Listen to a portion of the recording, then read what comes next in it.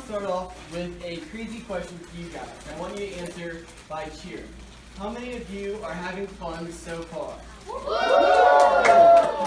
That's awesome. I'm glad that you guys are having a good time. So, like Coach Rice said, each night about this time, while you guys are having your snack, I want to share a devotional with you guys, something that I want to try to teach you. So, this year, we're going to have a word for the week. So, for Upward Sports Camp 2017, can I get a drum roll, please? Our word of the week is taste. That's our word of the week. Everybody go ooh and ah. Ooh and ah. Our word of the week is taste. So we're also going to have a verse that goes along with our word. So this year, our verse is Psalm 34:8. And that verse says, "Taste and see that the Lord is good. Blessed is the one who takes refuge in him." Alright, so we're going to say that again, and I want you guys to pay attention, because each night we're going to repeat the verse. I want to see how much of it you guys can learn each night. And the challenge is, if you want to go another step, go home and look up the verse and see how much of it you can learn. So the verse is Psalm 34:8. "Taste and see that the Lord is good. Blessed is the one who takes refuge in him." So that'll be our verse each night throughout the week, that verse. Alright, so in addition to a word of the week, we're going to take each letter of the word taste and have a word of the day as well. So guys, everyone together, what letter does the word taste start with? T. Okay, awesome. So our word for tonight that starts with a T is try. The word try. Alright, so I want each of you campers, raise your hand and tell me one new thing that you tried today. One new thing you tried. Passing, awesome.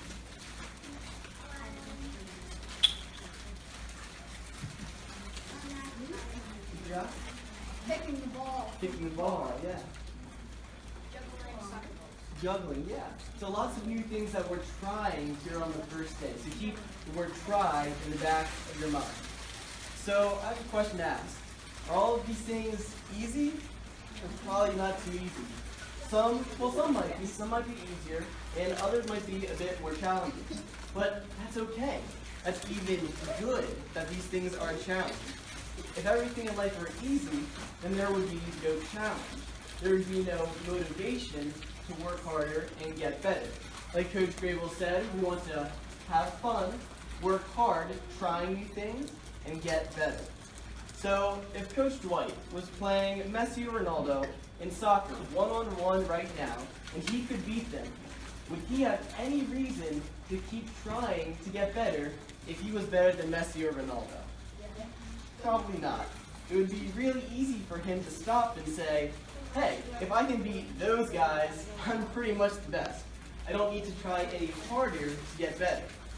That's why even the best athletes in the world, like Messi and Ronaldo in soccer, or LeBron James or Steph Curry in basketball, they always remind themselves that there's someone out there who's better than them at something in soccer or basketball. Even as good as they are at their sports, there's always something that they can work on to get better at. They can always keep trying different skills and drills to improve their game. So this is the same for all of us, not just the superstars, but as well. We can keep trying to improve and get better with the sport that we like. How many of you guys like soccer? Alright? How many of you guys like basketball? Awesome, that's great. So there are always ways to make the drills harder or more challenging in order to get better. You have to try and push yourselves to improve. In life, there are many ways to push yourselves to try and act as better people. So maybe some things to work on is maybe you might struggle with listening to your parents right away. I know that can be a struggle at times. Or maybe your sibling is like incredibly annoying and you've had it like just about up to here with them. So these cases and others are opportunities. They're chances that you can try to exhibit things like obedience and patience and listening right away and doing what your parents ask you with joy. So they're not always fun, they're not always going to be easy. Sometimes they are, but not always. but succeeding in doing the right thing, even when it's hard, is how we grow. So I want you guys to take a minute right now, and raise your hand. I'm going to ask you, what are some ways that you can improve at home in your own life? Dribbling, good. So yeah, in sports, you can work on drills to get better. And shooting farther away, trying to work on your accuracy. What about at home with either your parents, your siblings, or some ways that you can try to get better with them? No back talking, yeah, that's a good one. That's tough. That's good. Cleaning up your room, yeah, that can be definitely difficult, but it's good. Not arguing with your siblings. All great answers, guys. And these are things that we can work on to try to get better. So here at Grace Community Church, we believe that God is always there when you ask Him to help you try new things. You never have to go through new experiences alone when you ask God to give you strength and guidance. Sometimes when we try to do things by ourselves, it doesn't always work out so well. You might airball a shot or completely whiff on the kick. But you can ask God to help you by being your coach, in a sense. He knows the drills and the techniques better than anyone else, and He is never too busy to help you work on your form and to try to help you improve both in sports and in life through His power for Him. So that wraps up our devotional for tonight. All right, good Coach Sean. All right, so like Coach Sean said, we're super excited and glad you guys are here trying to get better together, okay? So I want to see how many of you remember parts or some of the verses of the week, okay? So Psalm 34:8. Taste and see that the Lord is good. Blessed is the one who takes refuge in Him. All right, so I have a challenge for you guys, or a question. How many of you went home and looked up the verse of the week last night? Did anyone get a chance to do that? Did anyone try to do that? Maybe, maybe not? I tried to do that. That's good. Awesome. That's great. So that would be my challenge for you tonight. Go home, see if you can remember after you go home tonight, Psalm 34:8. That is my challenge to you for the night. Okay. So if yesterday's letter for the word of the day was T for try, what letter do you think tonight is going to be? You can go ahead and say it. A. Yeah, A. Yup, A. Second letter in taste. So today's word of the day, starting with A. To drum roll again. Drum roll, please.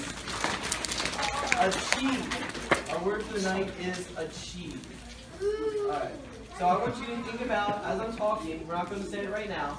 Just think about, what do you think it means to achieve? We'll come back to that later at the end. Just keep it in your head for now. So I want to tell you guys about a basketball coach. His name was John Wooden, and he is in the Hall of Fame for college basketball. Now he coached at the College of UCLA in California. So he coached his teams to 4 perfect 30-0 seasons, 88 wins in a row, 38 straight NCAA tournament wins, and 10 national championships, meaning they beat every other team they faced to win the championship, including 7 in a row, 7 straight. So you can say that this coach, John Wooden, had a lot of achievements, right? You definitely say that. Now this coach, who achieved so much, had a quote that ties into what we want to talk about today. So Coach Wooden says, his famous quote, "Don't mistake activity with achievement." So think about that, the difference between activity and achievement. I'll say that again. Don't mistake activity with achievement. So I'll give you an example. If you came in here tomorrow and told one of your coaches, "I worked on basketball or soccer for 8 hours yesterday before coming to camp tonight," you'd say, "I achieved so much." And we would say, "No, you didn't. You might have had 8 hours worth of activity, but in all likelihood, you probably didn't achieve much." If you're doing drills for 8 hours, you're probably not working hard enough to achieve noticeable improvement. What is much better is to go out and work really hard on one skill for 30 minutes, then maybe switch to another skill for another 30 minutes, and give everything you have to those 2 skills. So after that 1 hour, just 1 hour, not 8 hours, 1 hour is good. After that hour, you will have hopefully worked hard enough that you're too tired to give any more effort. Because you know you've already given your all to what you went out and worked on. That's when you know you have achieved rather than just had activity. Alright, so today's word of the day, achieve, has a lot to do with yesterday's word, try. The harder you try at something, the more it is that you are able to achieve. Now, this doesn't always mean that you can try hard enough to acquire perfect achievement. But the more effort you put into something, the more successes you will start to see. Achievement is not about learning how to become perfect. It's about learning how to give perfect effort, giving a perfect try. Success is not just measured on the scoreboard. So I want you to think about what are some ways that you can have success and achieve besides just your wins. What are some ways you guys can achieve?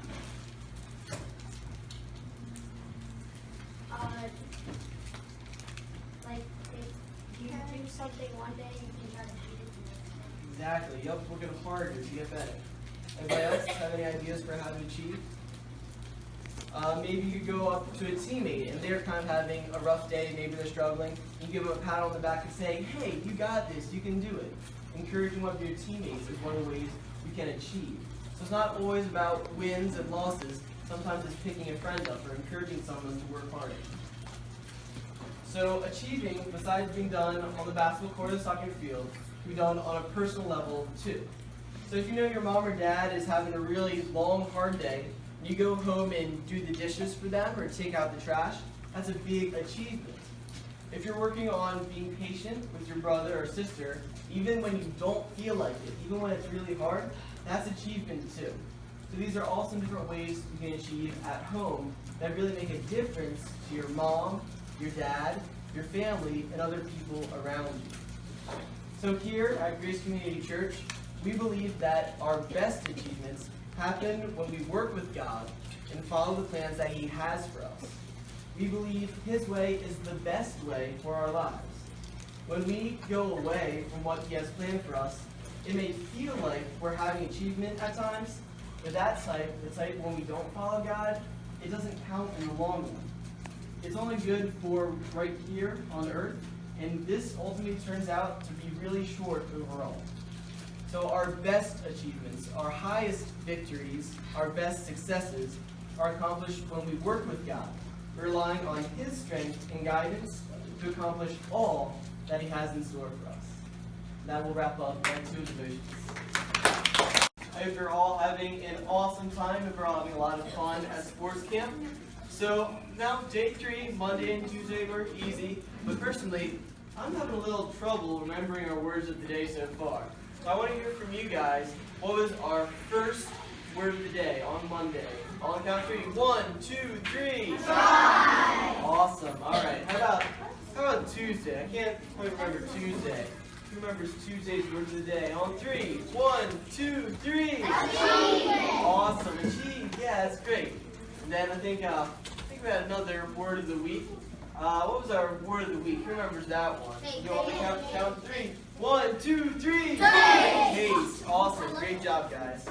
Now, last night I gave you a challenge. Does anyone want to share with me what that challenge was? Does anyone remember what the challenge was?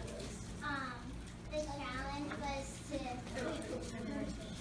try to accomplish, like, not arguing with your brother or sister or listening to your mom and dad. Yeah, awesome. So how many people went home and tried to accomplish something or achieve something at home that they tried to work on and get better? That's awesome, guys. I'm so glad to see that. That's truly great, and hopefully that went well for you guys, and that's something that you can keep working on all throughout the week. Alright, so before we keep going with our words, I want us to all go through the verse of the week together. So if you remember the reference and the verse, we can all say that together, okay? Ready? Psalm 34:8. Taste and see that the Lord is good. Blessed is the one who takes refuge in Him. Awesome, guys. That's great. I'm so glad to hear you say that with me. That's awesome. Alright. So today's word, the third letter in the word taste. On the count of 3, you guys can say the letter. 1, 2, 3. That's awesome. So today's word, drum roll please. Save. Today's word of the day is save. So there are a lot of different types of saves in sports. In soccer or hockey, if the goalie stops the ball or puck from going into the net, that counts as a save.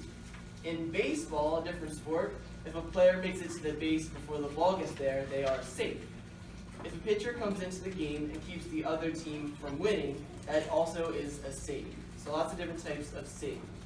There are also different types of saves in other areas of life as well. If you're working on a project on the computer, you want to save it so that all your hard work isn't lost. If you want to keep your records in a video game that you're playing and having fun with, you can save your progress and pick back up at a later time. So can you guys think of any other different types of saves or things that you guys like to save? You can save the ball from going into the home. Yeah, exactly. Awesome. You could, yeah, definitely. You can save the ball from rolling downhill. Definitely, absolutely. Save money, that's a good one. That'll be important later in life. That's true, that's a very important one. Save time. Save time, that's good. You can save the ball from falling into the home. True. I will take one last one. Saving your pizza, I like that one, that's important.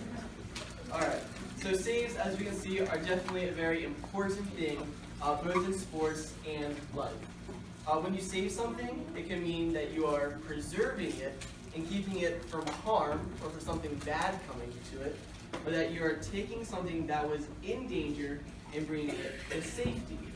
When the offense is trying to score and the goalie makes a save, they're preventing the danger that their team was facing by possibly giving up a goal. When you're working on an important project and you save your work, you keep anything bad from happening to the project. It can't accidentally be erased or lose its data once it is saved. All the work you put into it is preserved for the future. So as important as all these different types of saves are, here at Grace Community Church, we believe that there is one save that is the most important. We believe that God loves the whole world and all the people He created very, very much. So there was a divide, a separation between God and His people because of their sin. God loves His people so much, and because He loves them, He wanted to save them. So to do that, He had to send His Son, Jesus, who lived a perfect life, died for the sins of the world, and then rose again, coming back to life. So if you declare with your mouth, if you say that Jesus is Lord, that He is God, and believe in your heart that God raised Jesus from the dead, you yourself can be saved and will be saved. So if you already believe this truth and are saved, that is so awesome, and we are so glad to hear that.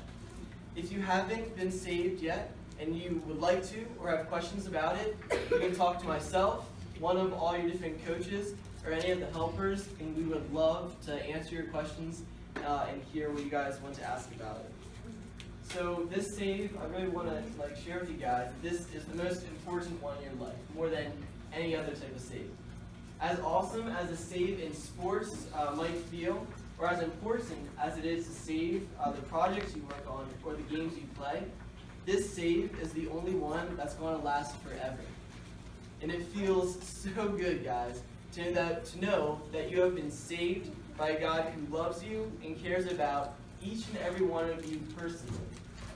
It really is the best feeling in the world. It's better than making that game-winning shot or scoring that game-winning goal, to know that you have been saved by a God who loves you. So if you have any questions, please feel free to talk to me or one of your coaches, and we'd love to answer those questions. So I'll be for devotional today. Guys, we are down to just 2 nights of devotions left. We got tonight and tomorrow night. So what I want to do is I want to go through all the different words that we have learned this week, starting with our word of the week. On the count of 3, I want you to say the word of the week. Ready? 1, 2, 3. Taste. Awesome. Okay. So for the next few words, I'm going to say the night, and you guys will say the word. So on Monday night, our word was? Fry. Okay, how about Tuesday night? A key. Key. Awesome. And then last night. Save. Yeah, great job, guys. All right. So now we're going to go through our verse for the week. I want to see how much you guys remember. So let's say our verse of the week together. Ready? Psalm 34:8. Taste and see that the Lord is good. Blessed is the one who takes refuge in him. Awesome, guys. Great job. So today's word, our Thursday word, is going to start with the fourth letter of the word taste, which is a T. I heard T somewhere. T. That's correct. All right.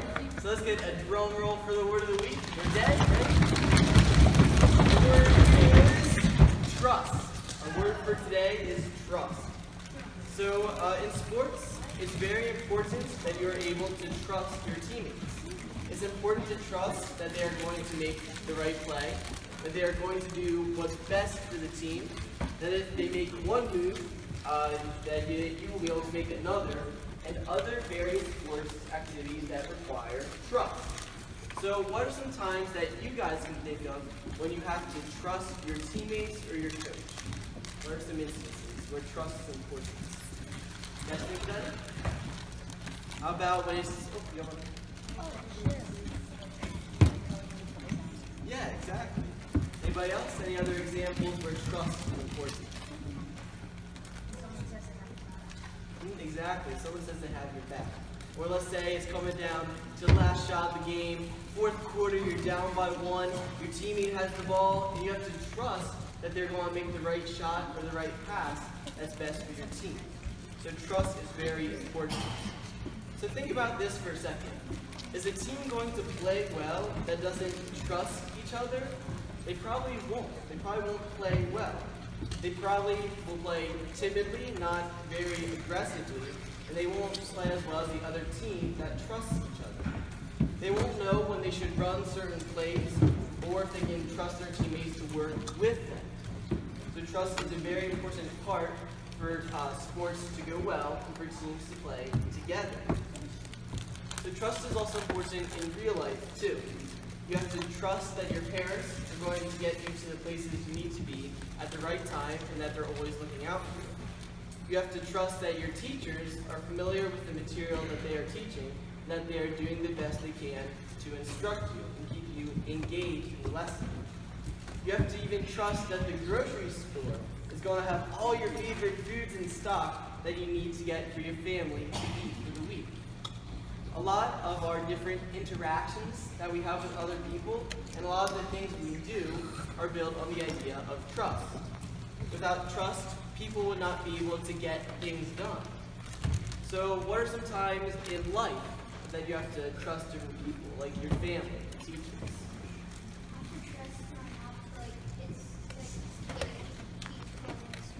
Exactly, you have to trust your parents to get you food. What else? Anybody else? Examples of trust. So, all right, we're good. So you can see that a lot of times we have to trust different people. It's important. So some of you might know this very popular verse that's been shared a lot at different times. If you recognize it and know it, feel free to say it along with me. The verse is Proverbs 3, 5, and 6.